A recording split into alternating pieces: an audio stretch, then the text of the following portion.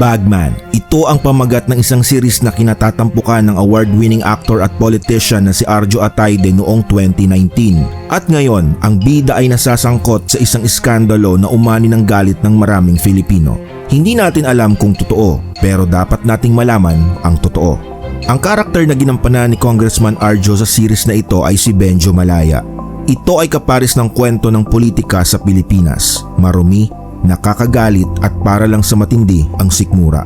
Tungkol ito sa isang simpleng barbero na naging bagman o fixer ng isang politiko. At dahil sa ambisyon, ang barbero ay pinaslang ang kanyang sariling amo at siya ang humalili bilang isang makapangyarihang gobernador sa isang probinsya. Sabi ko nga, hindi lang ito katas ng imahinasyon ng mga writers ng nasabing series kundi isang katotohanan sa lipunan na pilit kinukubli sa walang hanggang paayuda at pakitang tao ng mga maruruming politiko. Masyadong magulo ang bansa natin ngayon. Hiring dito, hiring doon. Kanya-kanyang laglagan, batuhan ng putik at walang katapusang rigodon ng mga may poder ng kapangyarihan. Pero natanong mo na ba, sino ang talo sa mga kaguluhang ito? Siyempre, tayo. Tayong mga mamamayan ang talo. Sila ang nagpapakasasa sa yaman at kapangyarihan. Samantalang tayo, mga talunan na walang katapusang nagsusumikap maitawid lang ang gutom. Buksan natin ang ating mga mata.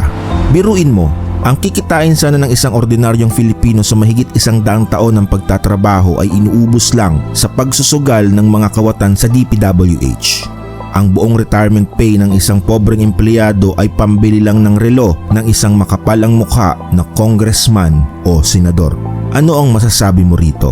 Papayag ka bang maging alipin ng mga taong ikaw mismo ang nagpapasweldo?